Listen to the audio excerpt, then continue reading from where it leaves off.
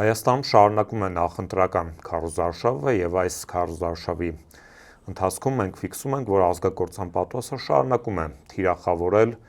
սպառնալիքներ հնչեցնել իր քաղաքական ընդդիմախոսներին, քաղաքական հակառակորդներին եւ անգամ արցախցիներին։ Այս եւ այլ հարցերի շուրջ այսօր զրուցել եմ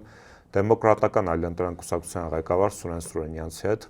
Պարոն Սուրենյան։ Բարև ձեզ։ Շնորհակալ եմ հրավեր ընդունելու համար։ Շնորհակալ։ Նիկոլ Փաշինյանը քարոզարշավի ընթացքում արդեն իսկ հերթական անգամ հասցրել է աչքի ընկնել հիստերիկ պահվածքով եւ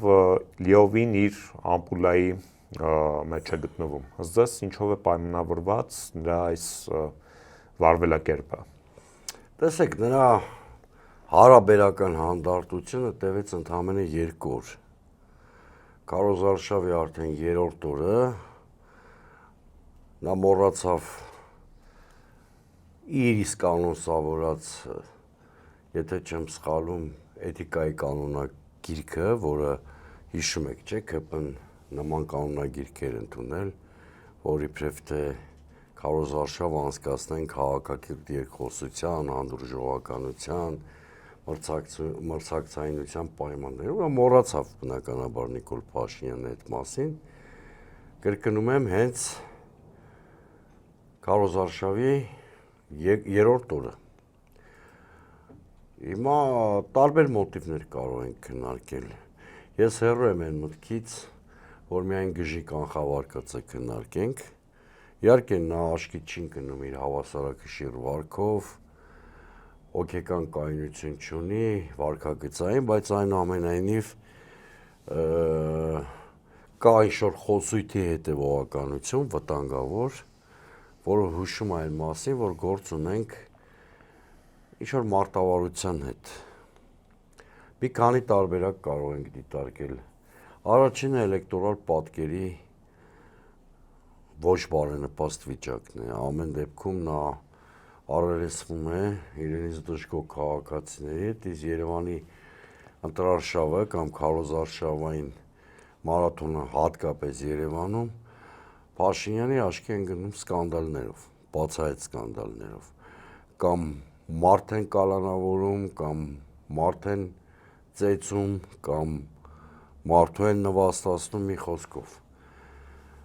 Երկրորդ պատճառը կարող է լինել քվանշը, օրինակ Ալիևի կողմից, իր հովանավորի։ Կարող է նրան հասկացրած լինեն, որ կասկածում են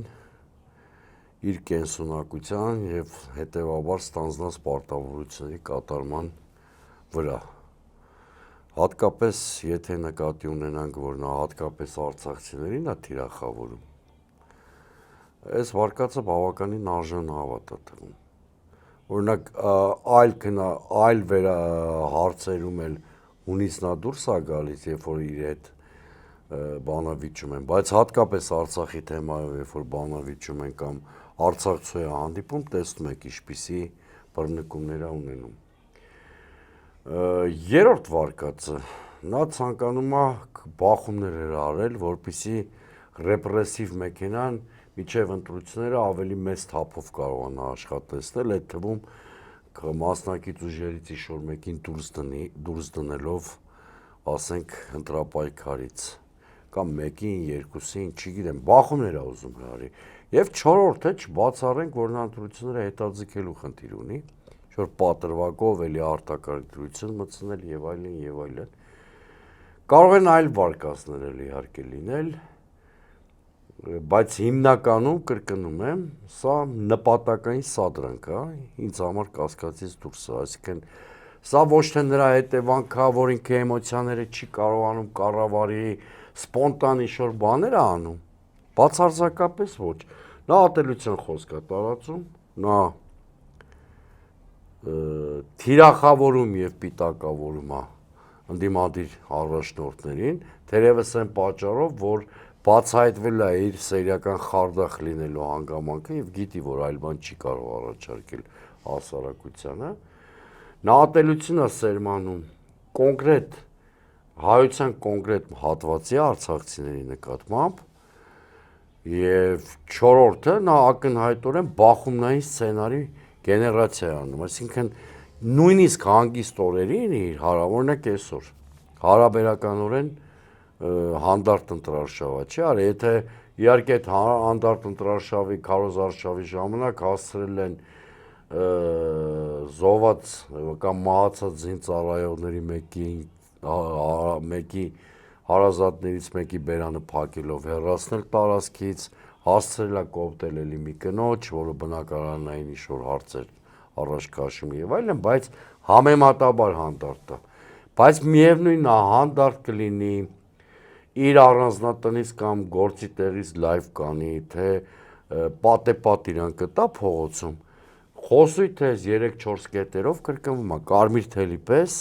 անցնում է, հետևաբար սա օրինակ երեկվա իր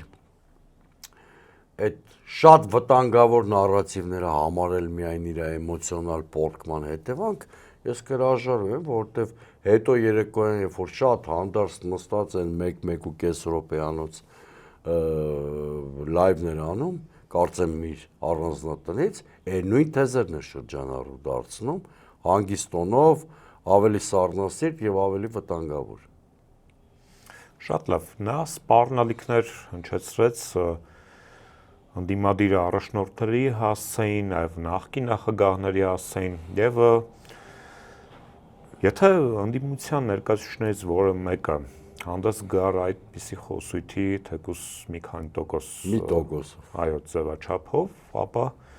միանգամից ուժայինները գործի կանցնեին։ Կասկած չունենաք, որ հիմա եթե մեր հաղորդման ընթացքում այդ խոսույթի նույնիսկ մի տոկոսը հնչի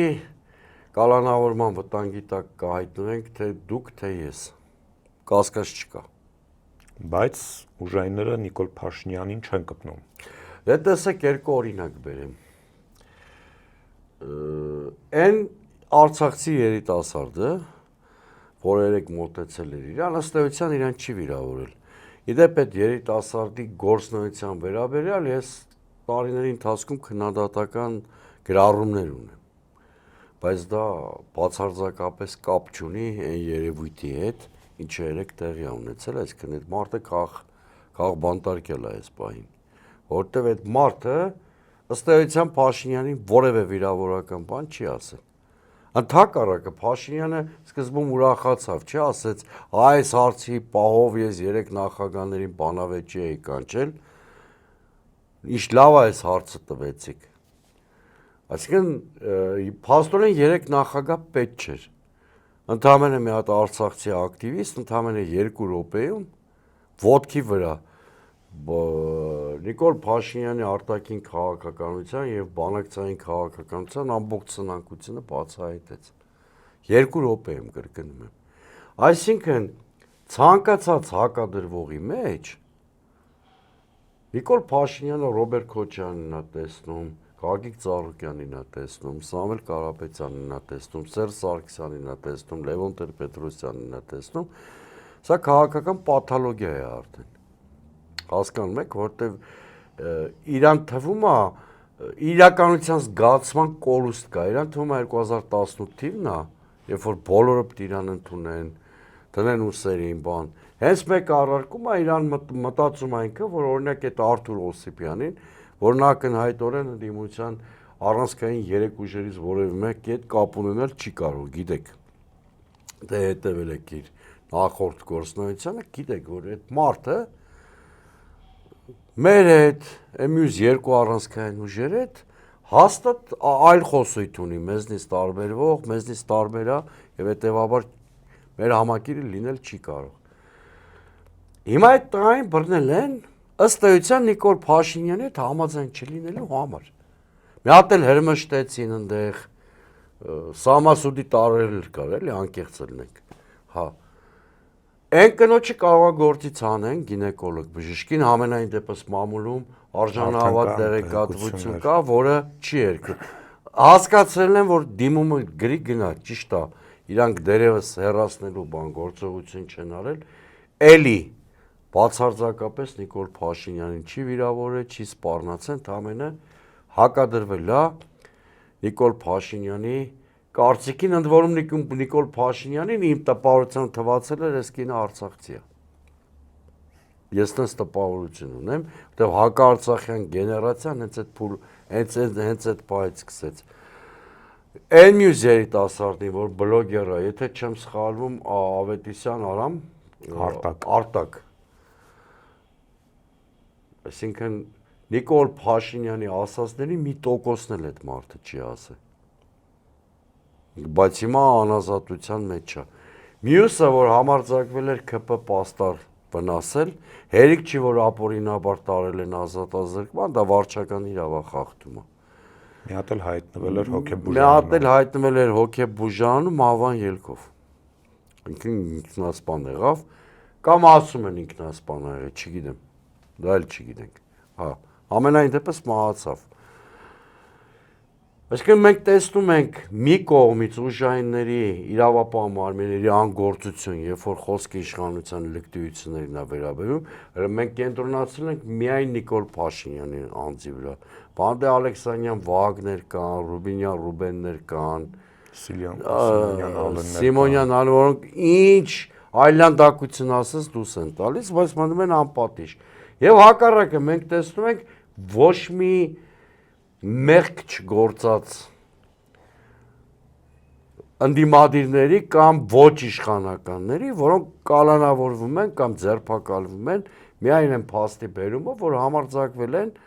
չհամաձայնվել Նիկոլ Փաշինյանի հետ։ Սա արդեն խոսում է այն մասին, որ պետական համակարգը դարել է ռեպրեսիվ մեքենա։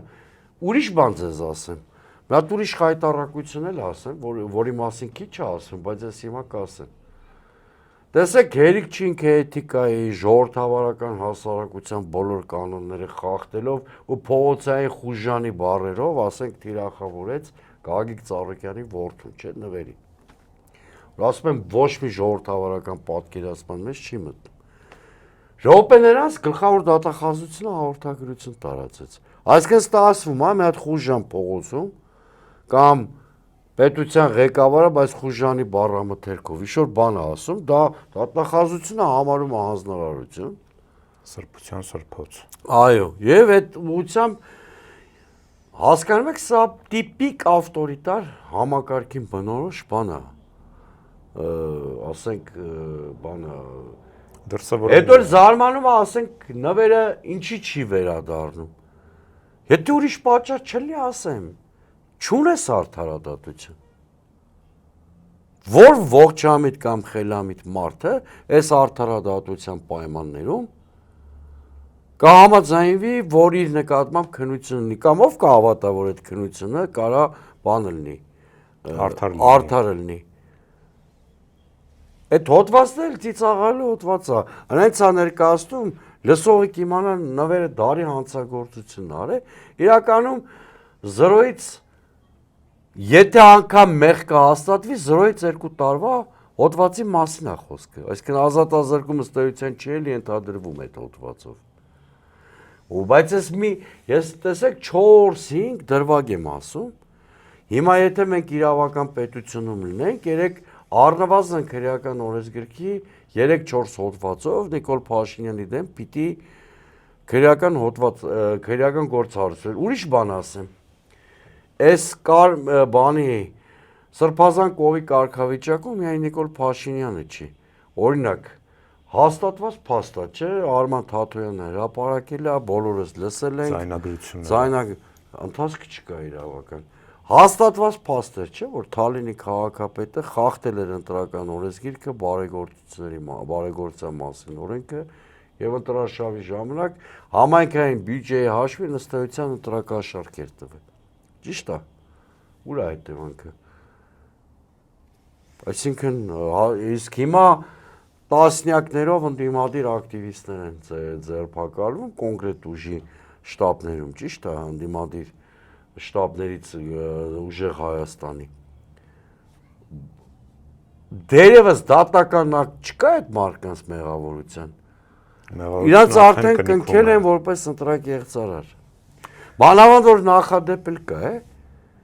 որ իրանք սխալվել են։ Հենց իրանց մասին է խոսքը։ Հիշում եք, չէ՞, Ծառուկյանի մասով 2020-ին ընտրակաշառքի գործով քրեական գործեր արեցին։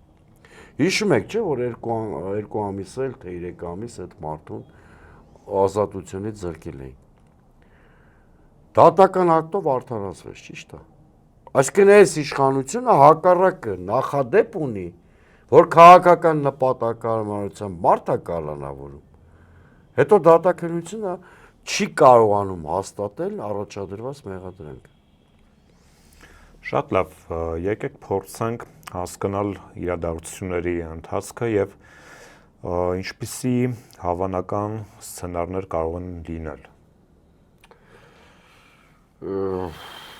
Նիկոլ Փաշինյանը տանում է սադրանքի եւ տանում է բախումների։ Այդ բախումներից երկու ելք կա, արդեն ասացի, մեկը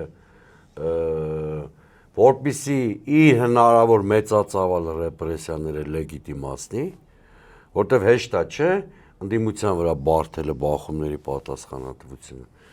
Իսկ երկրորդ տարբերակը, որ դա եթե դա հնարավոր չլինի, ինչ որ պատրվակով ընտրությունները հետաձգելն է, արտակարգ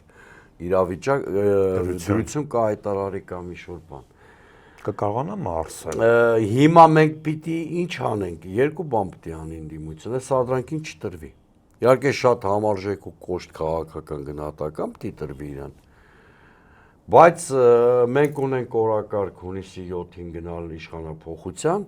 մենք որ ասում եմ, ի նկատի չունեմ միայն ԲՀԿ-ն, ի նկատի ունեմ նաև մյուս երկու ուժերը եւ էլի այլ ուժեր։ Պետք է նպատակային գնանք դրան, փորձելով ընտրողների մասնակցության մակարդակը բարձրացնել։ Որտեւ իր մարտավարության գլխավոր գործիքը ռեպրեսիաներով, ահաբեկումներով, թիրախավորումներով ընտրողների մասնակցության մակարդակի իջեցումն է։ Մենք ճիշտ հակառակ խնդիրը պիտի դնենք։ Եթե ինքը զգաց, որ իր ռեպրեսիաները աշխատում են եւ դա բերելու ընտրողների մասնակցության մակարդակի անկմանը, ամեն այլանդակության էլ կարող է գնալ։ Ասենք կուսակցություններից մեկին գրանցումը չեղարկելը կամ ընտրակեղծարարության այլ մեթոդներին դիմելը, ենթադրենք բացահայտորեն վարչական ռեսուրսի ամենագրեհիկ տարբերակով չարաշահումը կամ նույնիսկ այն ընտրակեղծարարության դրսևորումները, որ տեսել ենք 90-ականների։ Ընդդիմությունը խնդիր ունի ցույց տալ, որ ունի փողոցային ռեսուրս, փողոցի, եւ խնդիր ունի ցույց տալու, որ ցանկացած ապօրինություն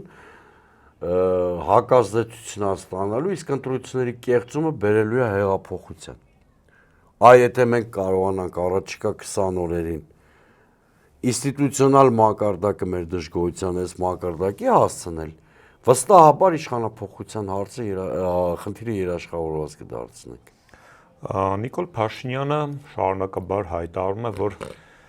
եւ նրա թիմակիցները, որ Գյումրի 2 թույլ չեն տալու, ամեն ինչ անելու են, որ ընդդիմադիր ուժերը կամ ինչպես իրենք են ասում, հա, այդ պատերազմի եռագլուխ կուսակցությունը խորհրդարան չանցնի։ Ունի նա այդքան քաղաքական ռեսուրս դա իրականացնելու։ Դա պիտի անի բացահայտ գեղեցիկով, որտեղ բոլոր սոցիոլոգիական հարցումները ցույց են տալիս, որ ընդդիմադիր կուսակցություններից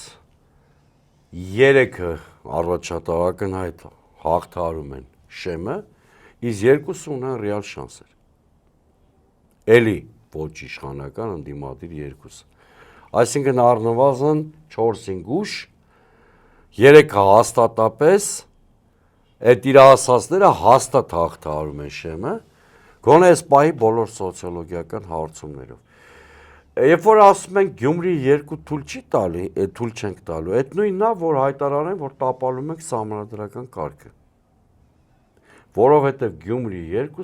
Գյումրիի մոդելը ամենաժողովրդավարական մոդելն էր աշխարհում ընդունված մի հատ բացառությամբ։ Այն էլ տեղական առանձնահատկություններով էր պայմանավորված, որ կոնսենսուսը չի բերել կոալիցիայի ձևավորման։ Դե բնականաբար համապետական մակարդակով այդպես չի կարող լինել, այսինքն եթե քաղաքական ուժերը գալիս են համաձայնության, ձևավորում են կոալիցիոն կառավարություն ամենաշատ քվեներ ստացած ուժի տեխնացուի գլխավորությամբ, հա։ Հետևաբար այդ դատարկ զրույցները կամ ինքը գնալու է սահմանադրական կարգի տապալմանը, այս հայտարարությունից դա է բխում։ Կամ մնալու է իր հայտարարությունների ծանրության տակ, փլատակների տակ, որտեղ կրկնում եմ, ոչ թվաբանական առումով, ոչ մաթեմատիկական տեսանկյունից, ուրեմն ոչ քաղաքական տրամաբանության տեսակետից, ոչ եսպայի սոցիոլոգիայի տեսակետից իր հայտարարությունները որևէ փաստական հենք չունեն։ Տպավորություն է, որ Նիկոլ Փաշինյանը շատ ավելի մոտիվացված է գործում, քան ընդդիմադիր ուժերը։ Նիկոլ Փաշինյանը հստակ հասկանում է, թե ինչ է կորցնելու, բայց շատերի գնահատմամբ ընդդիմությունը չի ապավում անհրաժեշտ սրացումը ներքաղաքական։ Տեսեք, Նիկոլ Փաշինյանի մոտիվացված լինելը օբյեկտիվ պատճառներից է բխում, ինքը քաղաքական կամիկադզե է։ Երբ որ մարդու առաջ իշխանություն կամ բանտ երկընտրանքն է,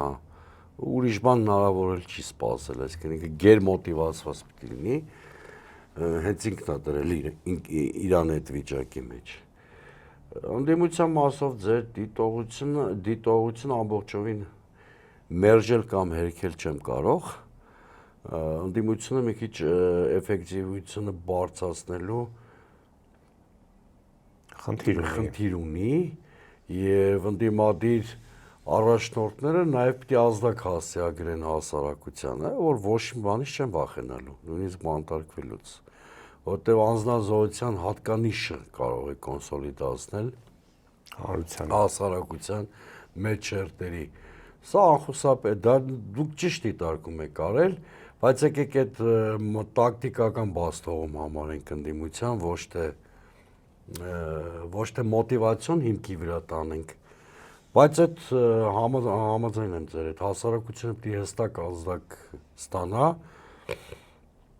որ միջև վերջ պայքարող ընդդիմադիր հարթակ կամ առաջնորդություն ունի։ Բարիկադի վրա կանգնող։ Այո։ Ռազմավարական առումով այս օրերը, որ եթե ամփոփենք Քարոզ Արշավի, որոնք են ձեզ այն բաստողները, որոնք պետք է շտկվեն։ Առաջինը ավելի բազմաշերտ քարոզարշավական կամպանիա վարելու խնդիր ունի ընդդիմությունը։ Բարգավաճ Հայաստան դա անում անկեղծ ասած, մենք մի ուղղության վրա չենք կենտրոնանում, մեկ օրվա մեջ նույնիսկ մի քանի ուղղություն ենք գեներացնում։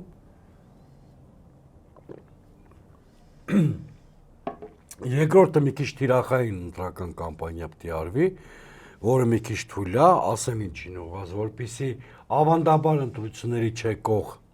դժգոհ քաղաքացիները այդ օրը տեղամաս գան։